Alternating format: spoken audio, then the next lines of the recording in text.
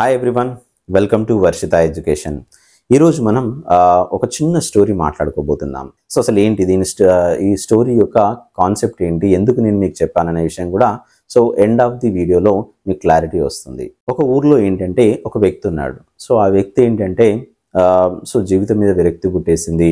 So అసలు బ్రతకాలని అనుకోవట్లేదు. సో నాకు జీవితం మీద విరక్తి పుట్టిందండి. ఇంకా నాకు ఏది చూసినా కూడా ఫెయిల్యూర్స్ ఉన్నాయి. అసలు లైఫ్లో నేను సక్సెస్ అనేటువంటి చూడలేకపోతున్నాను, ఫెయిల్యూర్స్ ఉన్నాయనే ఉద్దేశంతో బాధ కొద్దీ సో చనిపోవాలని అనుకున్నాడు. సో ఒక చెట్టు దగ్గర కూర్చొని ఆలోచిస్తున్నాడు. సో ఈ చెట్టు దగ్గర కూర్చొని ఆలోచిస్తూ చూస్తున్నాడు ఎలా చనిపోవాలని. అయితే ఆ చెట్టు అటు పక్కన అంటే ఇంకొక సైడు ఒక ఇద్దరు వ్యక్తులు కూర్చొని మాట్లాడుకుంటున్నారట. ఏమని మాట్లాడుకుంటున్నారంటే, ఈ పక్కన ఉన్నటువంటి ఒక అడవిలో ఒక స్వామీజీ ఉన్నాడు. సో ఆ స్వామీజీ మనం బ్రతకడానికి ఒక మంచి మార్గాన్ని చూపిస్తాడు. సో మనం లైఫ్లో ఫెయిల్యూర్ అయినా కూడా, ఆ ఫెయిల్ అయినా కూడా మనం సక్సెస్ కావడానికి దారి చూపిస్తాడు, ఒక బాటను చూపిస్తాడు అని అనుకుంటున్నారు. సరే అనుకోగానే విన్నాడు ఇతను. సో చూద్దాం మరి ఈ స్వామీజీ లాస్ట్ ప్రయత్నంగా ఒకసారి స్వామీజీ దగ్గరికి వెళ్ళి నేను మాట్లాడుతాను, మేబీ స్వామీజీ నాకేమైనా మంచి మార్గం చూపిస్తారేమో అంటే వాళ్ళ దగ్గరికి వెళ్ళి అడుగుతాడు. సో బాబు, నేను కూడా స్వామీజీని కలవాలనుకుంటున్నాను. సో ఈ స్వామీజీ ఎక్కడ ఉంటారు, సో ఏం చేస్తూ ఉంటారు, మనం అతని దగ్గరికి ఎలా వెళ్ళాలి అని సో అంటాడు. అనగానే వాళ్ళు ఏం చేస్తారంటే చెప్తారు, అడ్రస్ చెప్తారు. సో ఇక్కడ పక్కనే ఉన్నటువంటి అడవిలో ఒక ప్లేస్ ఉంటుంది, ఆ ప్లేస్లో ఉంటాడు అతను స్వామీజీ.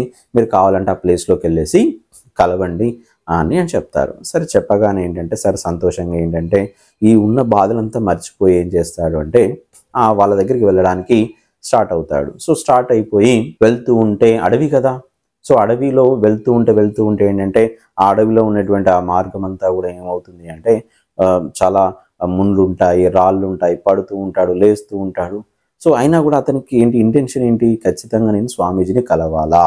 సో స్వామీజీని కలిసి ఆ స్వామీజీ దగ్గర నుండి నాకు ఒక మంచి లైఫ్లో నేను సక్సెస్ కావడానికి ఒక మంచి మార్గాన్ని నాకు చూపెట్టమని అడగాలి అని వెళ్తూ ఉంటాడు. సరే కష్టాలు పడ్డాడు. సో కష్టాలు పడి రాళ్ళున్నా ముళ్ళున్నా సో తట్టుకుంటూ వెళ్ళాడు అక్కడికి. సో వెళ్ళిన తర్వాత వన్స్ ఒక్కసారి అక్కడికి వెళ్ళి అక్కడ ఏదైతే ఆ స్వామీజీని చూస్తాడో చాలా సంతోషపడతాడు. సో స్వామీజీ ఏం చేస్తుంటాడంటే అక్కడ ధ్యానం చేసుకుంటూ, కళ్ళు మూసుకొని ధ్యానం చేసుకుంటూ ఉంటాడు. సో ఆ సంతోషంగా వెళ్ళేసి ఏమంటాడు అంటే, స్వామీజీ మీకోసం నేను చాలా దూరం నుండి వచ్చాను. సో మిమ్మల్ని రావడం జరిగింది, నాకు చాలా హ్యాపీగా ఉంది. సో మీరు బ్రతకడానికి నాకు ఒక మంచి మార్గం చూపిస్తారని మీ ఆశ కొద్దీ వచ్చాను, మీరు తప్పక నాకు ఒక మార్గం చూపెట్టాల్సి ఉంటుందని అడిగాడు. సో అడగడంతో ఏంటంటే స్వామీజీ కళ్ళు మూసుకొని ధ్యానం చేస్తున్నాడు కాబట్టి సో అతను వింటున్నాడు అంతే. సో వినేసి ఏం చేశాడంటే ఒక వైపు చూపిస్తాడు ఇట్లా దారి. సో ఒకవైపు దారి చూపెట్టగానే ఏంటంటే సరే స్వామీజీ ధ్యానం చేసుకుంటున్నాడు కదా, నన్ను చూస్తే ఏంటి చూడకపోతే ఏంటి, అతను అయితే దారి చూపెట్టాడు కదా, సో మేబీ అటువైపు వెళ్తే నాకు ఏదైనా మంచి దొరుకుతుంది కావచ్చు, రేపు నేను సక్సెస్ కావడానికి అది మంచి దారి కావచ్చు అనుకొని ఏంటంటే సో వెళ్తూ ఉంటాడు. సో ఆ పర్టికులర్ దారి ఏదైతే చూపెట్టారో ఆ దారి వెంట వెళ్తూ ఉంటాడు. సో వెళ్తూ కొద్దిసేపటి తర్వాత ఏంటంటే ఆ దారి ఎలా ఉంటుందంటే ఇప్పుడు వచ్చిన దారి కంటే చాలా కష్టంగా ఉంటుంది.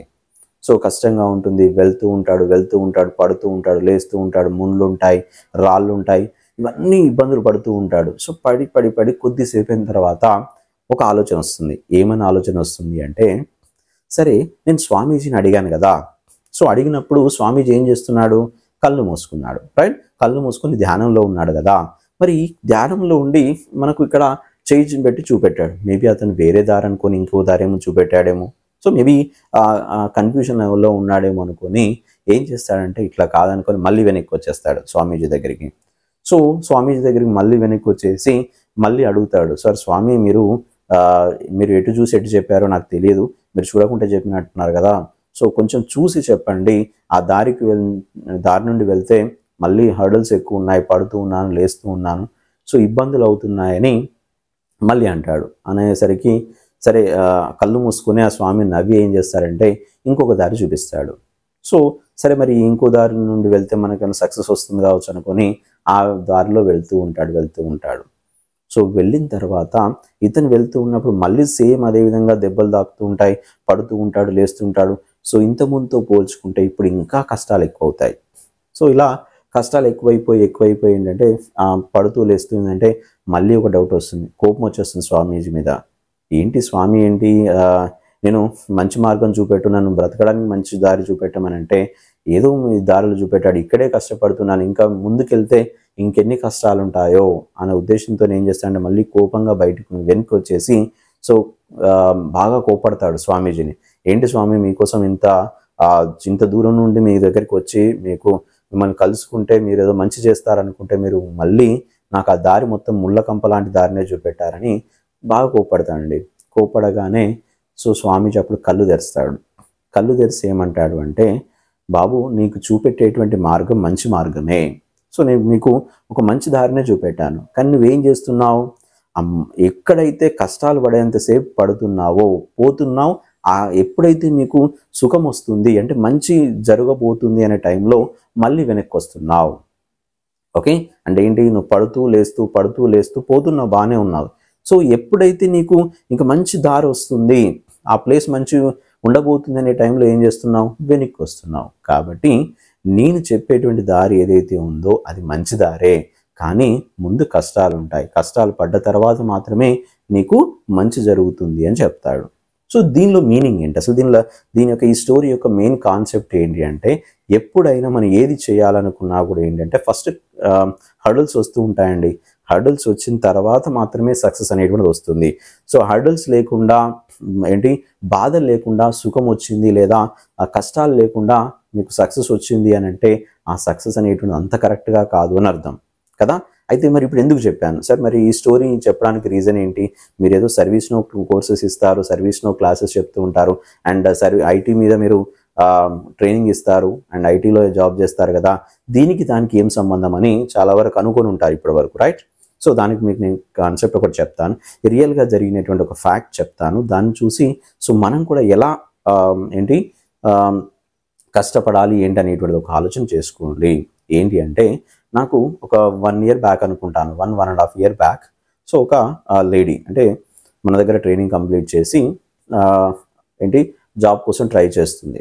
సో ట్రై చేస్తున్నారు, సో జాబ్ కోసం ట్రై చేస్తుంటే ఇంటర్వ్యూస్ అటెండ్ అవుతున్నారు, సో ఇంటర్వ్యూస్లో ఫెయిల్ అవుతున్నారు, మళ్ళీ వచ్చేసి ఒక ఇంటర్వ్యూ కాకుండా ఇంకొక ఇంటర్వ్యూ, ఇలా మనం మల్టిపుల్గా ఇంటర్వ్యూస్ మీద సో ఇంటర్వ్యూస్ జరుగుతూనే ఉన్నాయి, ఫెయిల్ అవుతుంది. ఇలా ఎన్ని ఇంటర్వ్యూస్ ఫెయిల్ అయ్యాయి అంటే 15 ఇంటర్వ్యూస్ ఫెయిల్ అయ్యాయండి. సో 15 ఇంటర్వ్యూస్లో కూడా ఫెయిల్ అయిపోయింది. సో అంటే జనరల్గా అయితే మనం చాలా వరకు అనుకుంటారు ఏంటంటే, ఒక ఇంటర్వ్యూ చూస్తారు, 2 ఇంటర్వ్యూస్ చూస్తారు, 3వ ఇంటర్వ్యూ చూస్తారు, ఇంకా 3వ ఇంటర్వ్యూస్ తర్వాత ఏంటంటే నాకు వల్ల కాదండి, ఇది నాకు ఐటీ నాకు కుదరదు, ఓకే నాకు ఈ సాఫ్ట్వేర్ జాబ్ రాదు, నా వల్ల కాదు అనుకొని ఏం చేస్తారు, వేరొక రూట్లోకి వెళ్ళిపోతారు కదా. కానీ ఆ అమ్మాయి ఏం చేసిందంటే 15 ఇంటర్వ్యూస్ అయినా అటెండ్ అయింది. 15 ఇంటర్వ్యూస్ అటెండ్ అయిపోయి ఎందుకు అటెండ్ అయింది మరి నేను అడిగాను, ఏంటమ్మా మరీ 15 ఇంటర్వ్యూస్ దాకా ఎలా వెళ్ళగలుగుతున్నా, మరి నీకు బాధ అనిపించట్లేదా, ఫ్యామిలీ కూడా ఎందుకు ఇన్ని ఇంటర్వ్యూస్ అటెండ్ అవుతున్నావు, వేరే చూసుకోవచ్చు కదా అని అనట్లేదా అంటే ఒక మాట చెప్పింది, సార్ నేను నా ఫ్యామిలీ మొత్తానికి నేను ఒక మాట చెప్పానండి, ఏంటి అంటే నేను సాఫ్ట్వేర్లో జాబ్ చేస్తున్నాను, సో నేను జాబ్ చేస్తూ సో సాఫ్ట్వేర్లోనే ఉన్నాను అని మా ఇంట్లో వాళ్ళు కానీ మా చుట్టుపక్కల వాళ్ళకి కానీ లేదంటే మా రిలేటివ్స్ అందరికీ కూడా నేను చెప్పుకున్నాను, సార్ నేను ఈ జాబ్ లేకుండా మాత్రం నేను కుదరదు, నా వల్ల కాదు, నేను వేరే జాబ్ చేస్తున్నాను, లేదా జాబ్ లేకుండా నేను ఇన్ని రోజులు ఉన్నాను అంటే సో తట్టుకోలేరు అని ఒక అంది. సరే ఓకే, నాకు అర్థమైంది ఏంటంటే సరే ఎట్టి పరిస్థితుల్లో జాబ్ అనేటువంటి రావాలనేటువంటి ఆ కోపంతో కసితో ఉందనుకొని సరే ఓకే అనుకొని అన్నాను. సో ఇంకొక విషయం ఏంటంటే 15th ఇంటర్వ్యూ అనుకుంటాను. సో 15th ఇంటర్వ్యూ ఏంటంటే వచ్చింది, జాబ్ వచ్చింది. సో జాబ్ వచ్చేసింది, కాల్ చేసేసి ఏమన్నారు అంటే మీకు జాబ్ వచ్చిందండి, మీకు 2 రోజుల్లో మీకు ఆఫర్ లెటర్ అనేటువంటిది మీకు మెయిల్ పంపిస్తామని ఇవన్నీ చెప్పారు, బాగానే ఉంది. సో బ్యాడ్ లక్ ఏంటి అంటే 2 days తర్వాత మళ్ళీ కాల్ చేసి ఏమన్నారు అంటే, సారీ అంటే మాకు ప్రాజెక్ట్ వస్తుంది అనుకున్నాం, ప్రాజెక్ట్ రాలేదు, ఏమనుకోకండి, ప్రాజెక్ట్ వచ్చిన తర్వాత మిమ్మల్ని తీసుకుంటాం, ప్రస్తుతానికైతే జాబ్ లేదు అని సింపుల్గా చెప్పడం జరిగింది. సో ఎంతో ఆశలు పెట్టుకుంది, జాబ్ వచ్చింది కదా అని పాపం వాళ్ళ ఫ్రెండ్స్ అందరికీ పార్టీలు అవన్నీ ఇచ్చేసి హ్యాపీగా ఉన్న టైంలో అది చెప్పడం ఎంత బాధాకరంగా ఉంటుంది చూడండి. ఆ టైంలో తక్కువ ప్యాకేజ్, సో చాలా తక్కువ ప్యాకేజ్లో ఒక లిమిటెడ్ ప్యాకేజ్లో ఉంది, సరే ఆఫర్ ఇస్తా అన్నారు, అయినా బాధపడలేదు, సరే ఈ ఎక్స్పీరియన్స్ యూజ్ చేసుకొని ఇంకో కంపెనీకి అటెండ్ చేద్దాంలే ఇంటర్వ్యూ అనేసి ఐ థింక్ 16th అనుకుంటాను, 16th interview. So 16th interview attend చేసింది. అటెండ్ చేస్తే సో చూడండి ఇక్కడ మనకు ఎలా ఉంటుందంటే కష్టం వచ్చినప్పుడు మనం బ్యాక్ వెళ్ళిపోకుండా అది నా వల్ల కాదు ఇంకా నేను వేరే పని చేసుకుంటాను అనుకోకుండా 16th ఇంటర్వ్యూ కూడా అటెండ్ అయింది. లక్కీ ఏంటంటే 16th ఇంటర్వ్యూ అటెండ్ చేసిన తర్వాత ఈ ముందు ప్యాకేజీ కంటే అరౌండ్ 20 to 30% ఎక్కువ ప్యాకేజ్తోని ఒక మంచి రిమోట్ జాబ్ వచ్చేసింది. సో రిమోట్ జాబ్ వచ్చింది అండ్ ఇక్కడ టీమ్మేట్స్ కూడా మంచి కోఆపరేటివ్గా, సో వర్క్లో కూడా మంచి సపోర్టివ్గా ఉండేటువంటి టీం దొరికారు. Still she is working in a senior developer position. So ఆ అమ్మాయిలో ఉన్నటువంటి నాకు అర్థమైంది ఏంటి అంటే సో ఈ సక్సెస్ అనేటువంటిది ఏంటి వస్తుంది, కానీ సక్సెస్ వచ్చేంత వరకు వెయిట్ చేసే ఓపిక మనకు ఉండాలి. అది లేనంత వరకు ఇప్పుడు కష్టాలు, ఇప్పుడు ఈ స్టోరీలో మీనింగ్ అర్థమై ఉంటుంది మీకు. సో ఇక్కడ స్టోరీలో చెప్పినప్పుడు ఏంటి, కష్టాలు పడుతూ ఉన్నాడు, కష్టాలు పడి పడి పడి ఎప్పుడైతే సుఖం వస్తుంది లేదా సక్సెస్ వస్తుంది అనుకున్న టైంలో ఏం చేస్తున్నారు, మళ్ళీ క్విట్ అయిపోయి ఇంకొక దానికి వెళ్ళిపోతున్నారు. సో వెళ్ళిపోవడంతో ఏమవుతుంది, మళ్ళీ అక్కడ కష్టాలు అంటే జీరో నుండి స్టార్ట్ అవుతుంది. సో మళ్ళీ జీరో నుండి స్టార్ట్ అయ్యి మళ్ళీ కష్టాలు పడుతున్నారు. ఒక సర్టెన్ స్టేజ్ వచ్చేసిన తర్వాత మళ్ళీ బ్యాక్ వచ్చేస్తున్నారు. కాబట్టి ఏది కూడా అంత ఈజీగా మనకైతే రాదండి. ఈవెన్ ఐటీలో జాబ్స్ అయినా పర్లేదు, కష్టపడాలి. సో కష్టపడి మనం ఏదైతే నేర్చుకుంటామో, నేర్చుకున్న దాన్ని ఇంప్లిమెంట్ చేస్తామో, ఈ సందర్భంలో మాత్రమే మీకు ఒక మంచి జాబ్ అయితే రావడం జరుగుతుంది. అంతేకాని కష్టపడకుండానే జాబ్ రావాలి, కష్టపడకుండానే సో నాకు హై ప్యాకేజెస్ రావాలి అంటే కంపెనీస్ కూడా ఏం ఆలోచిస్తాయంటే మీరు ఎంత కష్టపడగలుగుతున్నారు, ఎంత ఎక్స్పీరియన్స్ ఉంది లేదని సెకండరీ థింగ్ అండి. మీరు ఎంత కష్టపడుతున్నారు, కష్టపడ్డదానికి రిజల్ట్ అనేటువంటిది సో ఏ విధంగా ఉంటుంది అనేటువంటిది మీ మీదనే డిపెండ్ అయి ఉంది. సో అందుకే నేను ఈరోజు చెప్పడం జరిగింది. చాలామంది నాకు ఫోన్ చేసినప్పుడు కూడా అడుగుతూ ఉంటారు. ఏమని అడుగుతుంటారంటే, సార్ నేను కోర్స్ నేర్చుకున్నాను, కోర్స్ నేర్చుకున్న తర్వాత 1 month అయింది సార్ నాకు జాబ్ రాలేదు. సో కోర్స్ నేర్చుకున్న తర్వాత 2 months అయింది సార్ నాకు జాబ్ రాలేదు, 3 months అయింది సార్ జాబ్ రాలేదు అంటారు. సో నేను ఒకటే చెప్తాను, సో 2 months 3 months 1 month కాదండి, మీరు ఎంత సీరియస్గా ద సబ్జెక్ట్ నేర్చుకుంటున్నారు.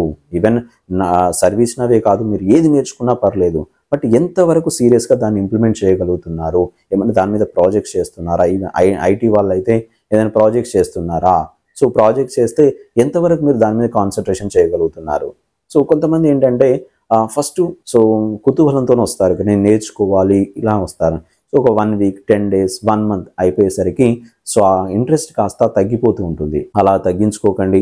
సో మీరు ఎంత అయితే నేర్చుకోవాలనుకుంటారో అది ఫుల్ ఫ్లెడ్జ్గా నేర్చుకోండి. నేర్చుకున్న తర్వాత దాన్ని ఇంప్లిమెంట్ చేసే ప్రయత్నం చేయండి. కొన్ని డెమో ప్రాజెక్ట్స్ చేయడం కానీ, లేదా ప్రాక్టీస్ అనేటువంటిది డబుల్ త్రిబుల్. సో ఈరోజు నేను 1 hour ప్రాక్టీస్ చేశాను అంటే నెక్స్ట్ డే అట్లీస్ట్ 1 minute ఇంకా ఎక్కువనే ప్రాక్టీస్ చేయాలి తప్ప తక్కువ ప్రాక్టీస్ చేయొద్దు. సో ఇలా కనుక చేయగలిగితే 100% మంచి ఐటీలో ఒక మంచి జాబ్ వస్తుంది. నాట్ ఓన్లీ సర్వీస్ నో, మీరు ఏ టూల్ తీసుకున్నా పర్లేదు, ఎందుకంటే సర్వీస్ నో గురించే మాట్లాడతాడు సార్ అనేటువంటిది. సో చాలామంది అనుకుంటారు ఏంటంటే ప్రతి వీడియోలో ఏంటి సర్వీస్ నో గురించే చెప్తారు సార్ అనుకుంటారు. సో అట్లా ఏం కాదు, ఐటీలో ఏదైనా మీరు తీసుకున్నారనుకోండి, ఆ తీసుకునే దాని మీద మీరు ప్రాపర్గా నేర్చుకోండి, నేర్చుకున్న దాన్ని ఇంప్లిమెంట్ చేయండి. ఇదే నేను చెప్పేటువంటిది. ఎవరైతే సర్వీస్ను నేర్చుకోవాలనుకుంటున్నారో తరోగా నేర్చుకోండి, స్టెప్ బై స్టెప్ నేర్చుకోండి. సో మంచి జాబ్ అయితే తెచ్చుకోండి. ఓకేనా? So thank you very much for watching. Bye.